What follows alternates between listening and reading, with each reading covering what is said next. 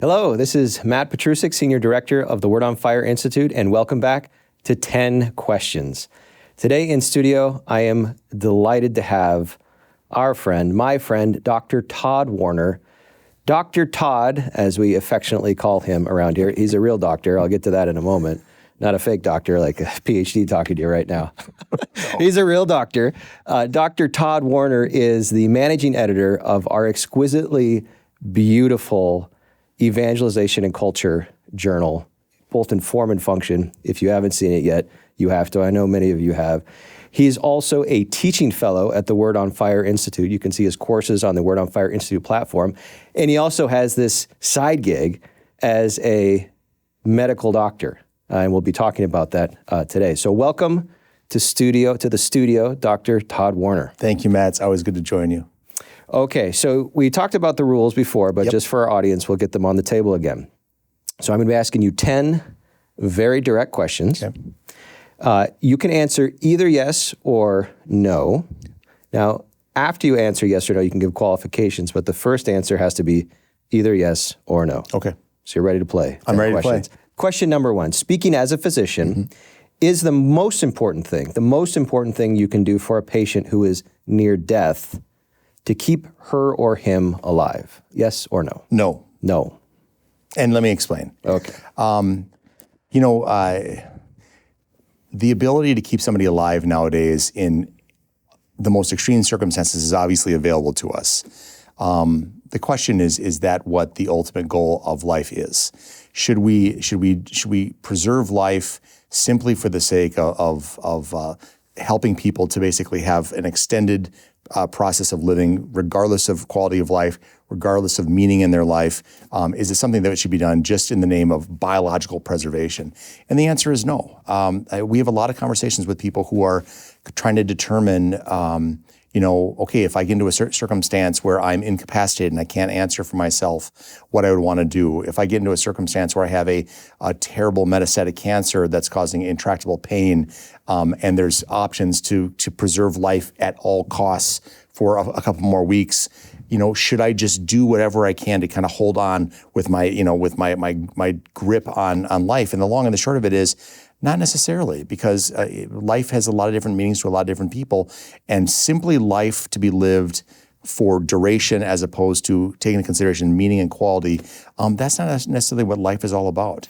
And so I would say the complexity of these conversations should be taken into account with your faith and also with your physician, with your family, and so on. But it should never simply just be about extending life at all costs, because life is too precious simply for that to be the only metric. You've already indicated in answer to this question, but just to get a little more precision, how are you using meaning and quality there as criteria? Yeah, so I think that people are trying to discern whether or not, if someone has an illness that lands them on a ventilator indefinitely, or if they have a terrible cancer and they have a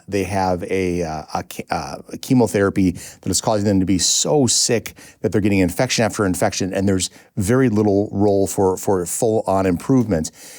Aggressive measures in terms of, if for instance, the person who's on the ventilator, who has a difficult time communicating and so on, they may have already articulated that in their living will. They say, look, if my heart were to stop, I would not necessarily in this situation want to be resuscitated.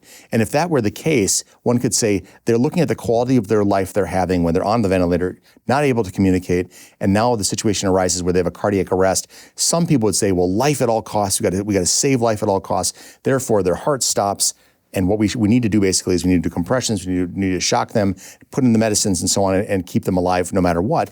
Whereas they've articulated that their quality of life and what they have for themselves discerned as being a meaningful quality of life has ceased to be what they once thought it would be living on the vent as they are. And so in that particular situation, for them to say, I'm going to allow natural death to take place as opposed to resuscitate very aggressively, is a reasonable approach to my way of thinking, that's also respecting the meaning that they're discerning about their life. All right, so is the most important thing you can do for a patient who is near death to keep her or him alive? The answer is no. Correct. So question number 2, again, speaking as a physician, should physician-assisted suicide ever be legalized or considered morally permissible? Yes or no? No. No. Correct. No. Why? From time immemorial, we have found that a physician's role is to heal people. I say in my role, I get to wake up in the morning, go to bed every night. All I'm trying to do is help people. And when we cross the Rubicon and saying the role of a physician is not to be a healer, it's to be somebody who engages in the termination of people's lives. That is changing the fundamental vocation of what it means to be a physician. Secondly, when it comes to physician-assisted suicide, it does not mean that there aren't people out there that are suffering and going through terrible circumstances that might make somebody come to the extremes of saying, maybe I would be better off in this situation. What is a totally untapped resource out there and gets no play in the airwaves when it comes to physician-assisted suicide is palliative care and hospice.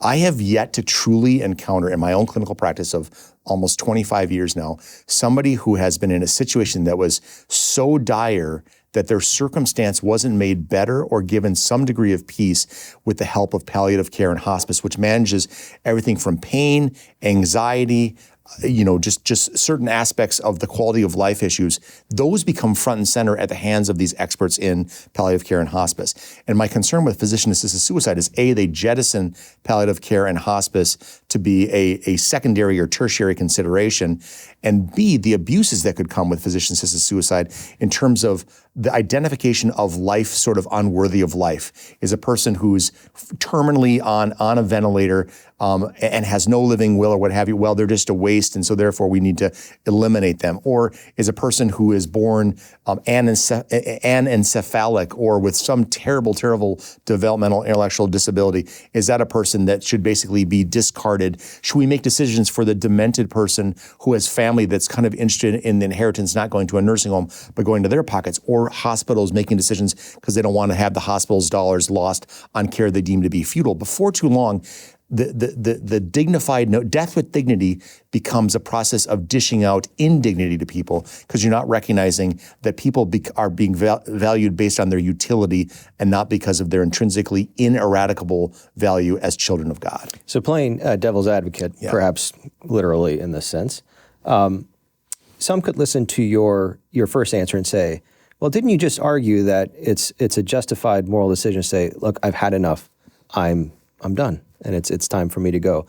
What's the real difference there between taking that position and saying, well, that's more acceptable, to saying, well, I should have someone help me do that. It's my body, my choice. Yeah, one is allowing natural death. The other one is actually facilitating death. And the allowing of natural death is basically, so for someone to say, look, I'm do not resuscitate, do not intubate, that's my code status. And so I'm 90 years old. If I were found down on the ground, I would not want the ambulance to come, break my ribs, do CPR on me, shock my chest with a very low likelihood of me coming back. That's a very natural kind of recognition that life does not go on forever, and the likelihood of returning to a state of capacity that they would desire to have, basically maybe much less when you're 90 years old, and identifying it through a living will or a code status that I don't want to go in that direction. In this other circumstance, you have people that you can still allow for natural death to occur for something that's an intractable or incurable process through the help of palliative care and hospice. But to go to the process of basically saying, we are now as medical practitioners and for you as a patient to opt to actively end your life here and now with this medicine, which is not a natural process. It's actually you are instigating death. Again, it runs afoul of it's effectively suicide on the part of the patient, and it's murder on the part of the physician. Runs fully contrary to that allowing for natural death in these other circumstances. So the intentionality makes all the difference. Correct. All right. So no, also to should a physician-assisted suicide being legalized? Correct. Question number 3.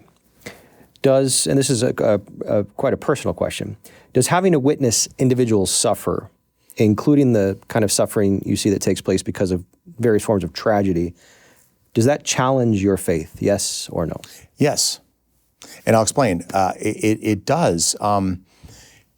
There's something about reading theory about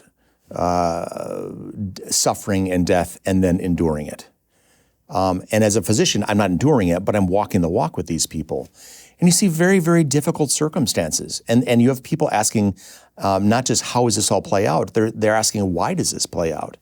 So it's sort of like, I was talking to my wife about this the other day, the notion of Jesus say, love your neighbor as yourself versus telling the story of the Good Samaritan. The poignancy behind the story of the Good Samaritan enfleshes this dictum or this tenet of our faith. Likewise, the theoretical understanding of suffering versus the gritty reality of it and walking with people through that, it poses a very human challenge to us in terms of our accompaniment of them, but also on our conception of faith and God in a broken world.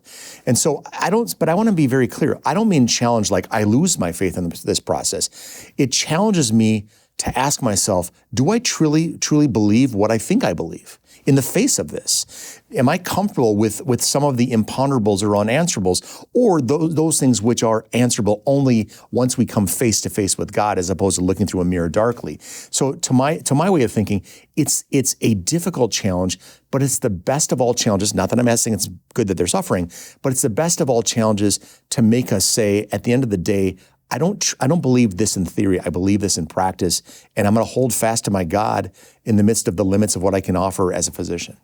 All right. So witnessing that suffering does challenge your faith, and that's okay. Correct. All right. Now we'll be shifting to one of your other jobs. Your job is managing editor, and I should have also noted at the beginning that Tod is also the host of the Evangelization and Culture podcast as well, which is related to the work you do on the journal, and that we have no evidence up to this point that Dr. Tod Worner has ever slept. I'm following the Matt Petrusek rule book, so he's one to talk. We're going to be looking into that in more depth at another time. So, question number 4. Are physical books, not digital books or audio books, are they still relevant to read? Yes or no? Yes. Yes. Yes, because if I don't say that, I can't justify all the books I've bought. My wife will get me in trouble. So the answer is yes. So Carrie, if you're watching, self-interested answers are entirely okay in this context. I mean, on this note, let me, and I'm gonna take a step back even to the journal without trying to be a shameless plugger of the journal. But let me say this: everybody looks at their phones and everybody reads things on their phones, and I don't know one person that can read a really long article on their phone without getting fatigued looking at on their phone. The second thing is when it comes to the journal itself, how countercultural it is to put together a print journal with a feel and a texture and a glossiness and an appearance and words on the page and things you can mark up and you can put it on the dining room table or what have you. How countercultural is that in a technological age? An age, by the way, which you and I both know, was supposed to be, all the books were supposed to be relegated to the dustbin of history and we're all going to be looking at e-readers. Well, as far as I know, again, the death of books has been widely exaggerated. Mm-hmm. Sitting down with a book that you can dog ear, that you can take your pencil. Don't use a highlighter, please. Just use a pencil. Mark it, star it, push Q for quote by it. Go back to it, return to it, stick them, and so on. Put it on the shelf, and then come back to it years later and see what grabbed you then, what grabs you now. It's like a dialogue with yourself. And I want to write an essay, and I think many of us who are bibliophiles like you as well, I want to write an essay on how to write a book, how to read a book, because there's a lot of writing that you do at least I do in reading a book. So the actual engagement, the intentional relationship you have with a book that is physical in front of you, it's almost unparalleled in the life of the mind, and it can't be replaced by that which is on the screen. God bless the screen. I think it's great, but give me a book any day of the week. So I think a resounding yes to our physical resounding. Book. Still relevant to read, even the really heavy ones. Even the really heavy ones. All right. Next question, still in the same territory, but perhaps a little more polemical. Do you think that we should take into account an author's race or class or sex or any other biological or sociological category in evaluating his or her work? Yes or no? You don't give me any, it depends, right? It's got to be yes or no. Yes or no. All right. Then you can qualify. I'm going to say no. You ready for me to qualify? Yeah, I wrote no down. I'm ready for the rest. No, it depends. But to my way of thinking, I've taught a class through the medical school, the University of Minnesota Medical School, on medicine and literature for a number of years. And I have brought in Dostoevsky, Jane Austen, Maya Angelou, you name it, Shakespeare, Dante, you name it. these are all people with wildly and widely different experiences. So white, black, American, Italian, 19th century, 12th century, 20th century, you name it. And to my way of thinking, the no in my answer is that we are too quick to label and look at identity as being the premier aspect, in particular, a fractured identity, their race, their gender, their this, their that. And it's almost to me a funhouse mirror to focus too much on any one aspect of a fractured identity as opposed to the totality of their identity as a human being. And that's why when I come back to the medical school class that I teach, Dostoevsky, Dante, Austin, Angelou, they all have something to say about human suffering, about dignity, about calling, about grace. Those are transcendent, universal human experiences. So what I would say is, to my way of thinking, engage in the book, read the human experience, imbibe all of the aspects of what it means to be fully human, regardless of culture, ethnicity, race, language, time period. And if you need to know, this person speaks in this fashion, and it provides you context to know, this is a person from the South in the 1800s, or this is a person from pre-revolutionary Russia, or this is a person from 13th century Italy. To contextualize it, that's great. But the fracturing of identities warps, if we look at it too much through one pet facet of identity, we run the risk of warping not only the person who's writing the story, but the story itself. From your mouth to the ears of every English department and theology department, almost every theology department in the country. All right, so a qualified no to taking into account biological and sociological characteristics. Right. Question number 6. Is it worthwhile to read books and articles that challenge and perhaps even impugn the Catholic faith? Yes or no? Yes. Yes. All right. And the reason why I say yes is, I don't want to say it too crassly, but know your enemy. The whole notion of straw man, steel man arguments, if we truly believe what we believe, we should be engaging in robust conversations with ideas and people and that basically agree with us but also disagree with us. We should be iron sharpening iron. And sometimes my iron needs to be sharpened by somebody I fundamentally disagree with, somebody I may not even like. In this day and age, that's very, very sensitive. It's a little bit of a therapeutic culture that wants to avoid offenses and, in fact, wants to wipe clean, people that are saying things that are offensive. Don't get me wrong. I'm a Catholic. I am offended by people who would impugn the Catholic faith. But we need to know what all the nuns out, the NONES, the unaffiliated, the disaffiliated out there, what are they reading? What's making people move in this direction and that direction? If I don't understand, if I don't know it, much less understand it, how will I be able to articulate a proper defense or a proper offense of what the Catholic Church has to offer if I'm not speaking at all to the concerns that these people are offering? And so to some extent, I would say we need to immerse ourselves. Now, that doesn't mean glory in this stuff. Mm-hmm. That doesn't mean find a certain vulgar satisfaction in dabbling in that which runs afoul of our faith. But I would say, Jesus didn't say to the disciples, hey, you guys, stay in the upper room. He sent them out to the ends of the earth to engage in cultures that fundamentally disagreed with them or hadn't heard of them and were offended by them. And they preached with joy and they learned how to debate, and the Holy Spirit helped them in the process. So I would say that engagement is a vital one if we're ever going to stay relevant in the modern world with our faith. As you're saying that, it occurs to me that Jesus' command to love our enemies sort of presupposes actually knowing exactly not only that our enemies, but why they're our enemies. Exactly. All right, so a yes to reading books and articles that challenge and maybe even impugn our Catholic faith. Now let me make that question a bit more complex. Sure. And you're a father, so you can answer from that perspective as well. Should parents permit their children to read or watch material that challenges or impugns, either directly or indirectly, the Catholic faith? Some people just got to the front. What's Dr. Yeah, gal. Okay, how do I say this? I like the way the word that leads me in what I'm going to say. I'm going to say the answer is no, and I'm going to contextualize it. I like the fact that you said impugn. One of the things that I think is underestimated is the role of not educating your children but forming them. Mm-hmm. And so we, in my house, we have the TV on and the news is on and so on. And we don't just turn it off because there's a story that comes on. We talk about it. And I think that kids need to be exposed to the true, the good, and the beautiful. I don't think we start our children's education with that which desecrates and is an abomination to the faith and so on, and say, oh, it's so good, they're open-minded, they get exposed to this stuff. They're not even rooted, they may not even be rooted enough in the faith before they're also, all of a sudden they have a distaste for it. Mm-hmm. As my wife would say, why is it in the modern world that so many people are so open-minded about what their kids are going to believe at such a young age and their faith journeys and so on, but they're not open-minded about what time they're supposed to get home at night or what they're going to eat for dinner, or whether they're going to do their homework. It's like the most central aspect of our life is to cultivate our children's faith so they end up in heaven, that they go to heaven. Now, does that mean that they shouldn't read Nietzsche and Marx and all? Of course, at some point they're going to read these things. But the bottom line is, who helps midwife them? Yeah, the parish community, the family community. So this is not, no answer to this is not an outright call for censorship.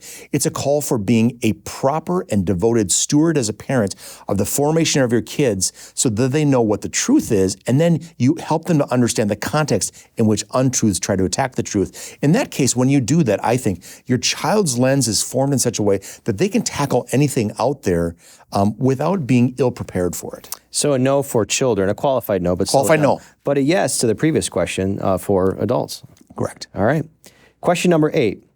Should we seek to cancel, we could say as Catholics, should we seek to cancel or prevent the airing of viewpoints that we believe to be a watchword of the age, hateful or perhaps even harmful to the faith? Yes or no? I don't know. And I would explain this by saying, I don't think any of us believe in cancel truly here. We don't believe in the cancel culture. We believe engagement. We believe in a discussion, a robust discussion, a fiery discussion, an assertion of convictions, to the death if it comes down to it. But at the end of the day, now again, the qualifier is, let's not glory in it. Let's not platform horrible thing like, hey, it's good for us all to have videos out there that are pornographic and violent and all this because we're an open-minded society. Nonsense. I mean, there's a line at which you would not cross. But what I would say is those that are fighting against our faith. And I'd say this, Matt, you wrote a fantastic book on evangelization ideology. You don't fail to acknowledge the arguments of the new atheists, the arguments of the old atheists, the strategies of people who are against God. As a matter of fact, it's your duty to articulate the opposition's perspective and make their arguments strong enough and representative of what they're really saying so that we as Catholics can rebut them. And so I would simply say this. I'd say if we believe in a God who is as grand and extraordinary and as true as we think he is, he's strong enough, and hopefully we can become, through the help of the Holy Spirit and study and the sacraments and so on, we can become strong enough to rebut anything that comes our way. So instead of canceling, let's engage, but let's engage to the point of saying we can show through faith and through reason that ultimately God prevails in logic and wisdom in a way that the worldly opposition to him does not. A beautiful platform for free speech that you've just laid out. Would you make a distinction between that, opposing viewpoints, perhaps even hateful viewpoints, and lies or libel? 100%. Okay. There should be no platforming for lies and libel. And obviously what will happen is that people will say libelous things or they'll lie, and then they'll dress it up in the notion that if you are calling them on their libels or libelous activity or their lies, that you're just crushing free speech and you're being defensive. And so at the end of the day, no, you're standing up against being besmirched. Now, it's in bad faith for someone to cast libelous, accusations or lie about somebody. So it's sort of like, why don't you make a remedy for the lies and libel that you basically unfolded, and let's come back and have an honest debate as opposed to starting off with a smear campaign on your part. There should be no platform because that's bad faith arguing. It's bad faith arguing. And so let's start in a place where let's go toe to toe, but you don't start it with a smear. All right, so a no to the canceling of opposing viewpoints. Okay, question number 9. It's a slight modification of the previous question. Do you think Catholic publications, including our own, should platform individuals, that is, give them an opportunity to speak that challenge Catholic teaching? Yes or no?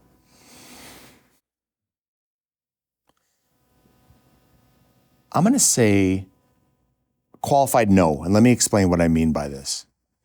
I think if you look at the orthodoxy of the Catholic Church, I think a lot of conversation has to be had in good faith. And maybe let me step back for just a second.